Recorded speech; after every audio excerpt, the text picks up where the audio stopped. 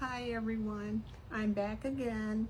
I just wanted to talk to you just real briefly about something that I've been thinking about camouflage. First of all, I just want to say to those who came out Saturday, we had a wonderful time, wonderful discussion at my last book event. And I'm planning to do another one soon, so I'll let you guys know about it. I have a question for you. Do you sometimes camouflage or disguise yourself to blend into the environment, becoming indistinguishable from your uniqueness? Let me tell you why. I look at it like this. If you think about camouflage, what that simply means is you put on something so that you can blend into an environment. I saw a feature on CBS Sunday Morning some months ago, and it was about the octopus and dynamic camouflage. Interestingly enough, the octopus is an extremely intelligent animal, but it is able to camouflage itself by shape, by texture, by color, to blend into the environment. But here's the thing about a camouflage. It simply means that you can always go back to its original state. You don't have to stay that way. But what is metamorphosis? Metamorphosis, particularly total or full metamorphosis, means you completely change and you never go back to where you started. So if you want to know the difference between camouflage and metamorphosis, it simply means one, you totally change and never go back to your original state. But camouflage, you're only doing it as temporary.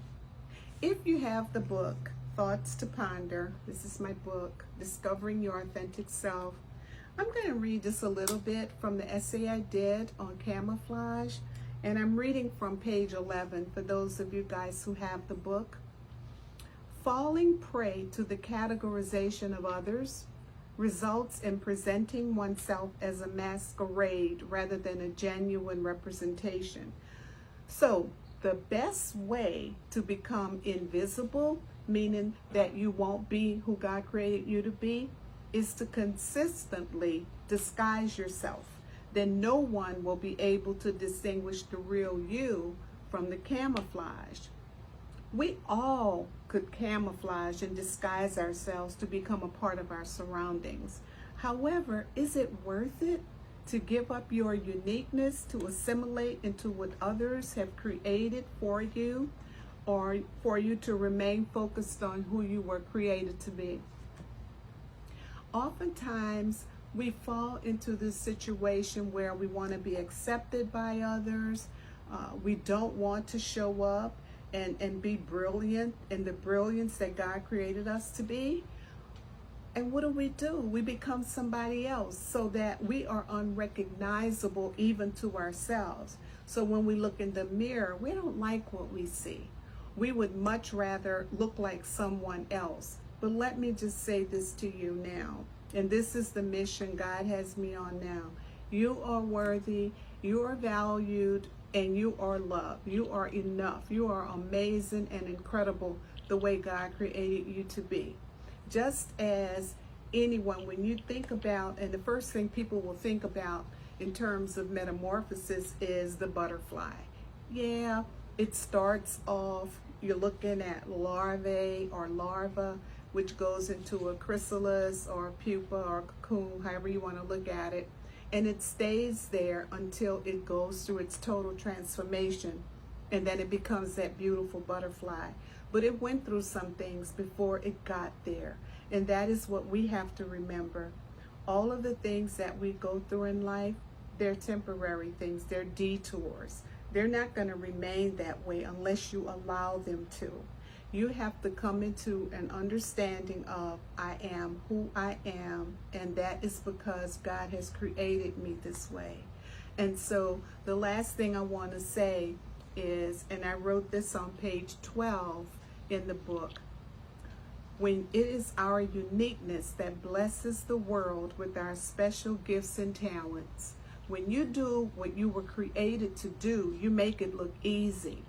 Your terrain was designed for you and you only. If you travel someone else's terrain, you may wind up with skinned and bloody knees, scraped elbows, and a bruised self-worth. And it's not worth it. So I want you to reflect on that, meditate on it.